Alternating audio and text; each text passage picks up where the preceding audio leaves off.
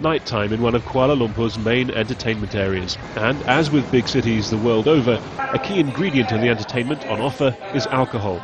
Malaysia's sizable Chinese and Indian minorities are entitled to drink freely. The ethnic Malay majority, subject to Sharia or Islamic law, are not. Not that you'd realise it from a stroll around KL's bars. Raids happen, but infrequently, and many Malays drink openly.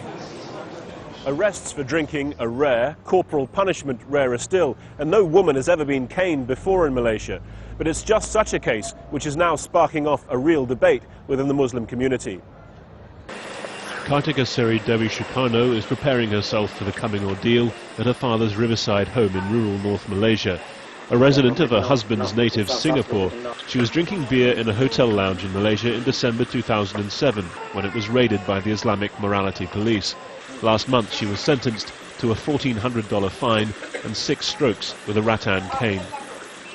I already believe that there is some reasons that why they do this. I accept the sentence given to me and I don't want to appeal.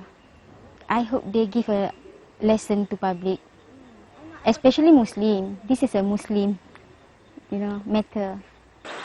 Kartika will enter a women's prison on Monday and within 7 days become the first female in Malaysia's legal history to be caned.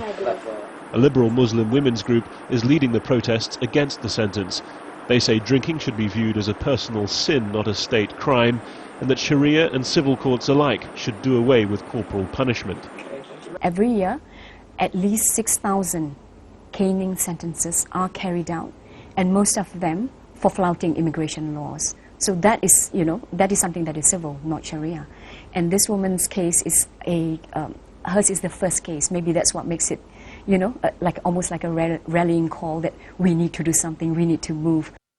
Kartika's case has also highlighted the lottery of being prosecuted under Sharia, a national law whose enforcement is devolved to each state.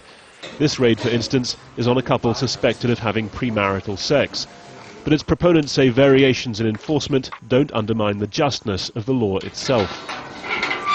The law is the same. The law about criminalizing the offense is the same. Enforcement is different. Sometimes you strictly enforce it here, sometimes you strictly enforce it there. It's common for all law enforcement. It's not only the Sharia Enforcement Department. For all the public debate this case has caused, at its heart lies a very personal trauma. Kartika has 2 children with medical problems to look after, and she's already had to give up her hospital job in Singapore in order to attend court hearings. She admits that part of the reason she's agreed to this history-making punishment is that she couldn't face 2 years of legal process which would have resulted from an appeal. Harry Fawcett, Al Jazeera.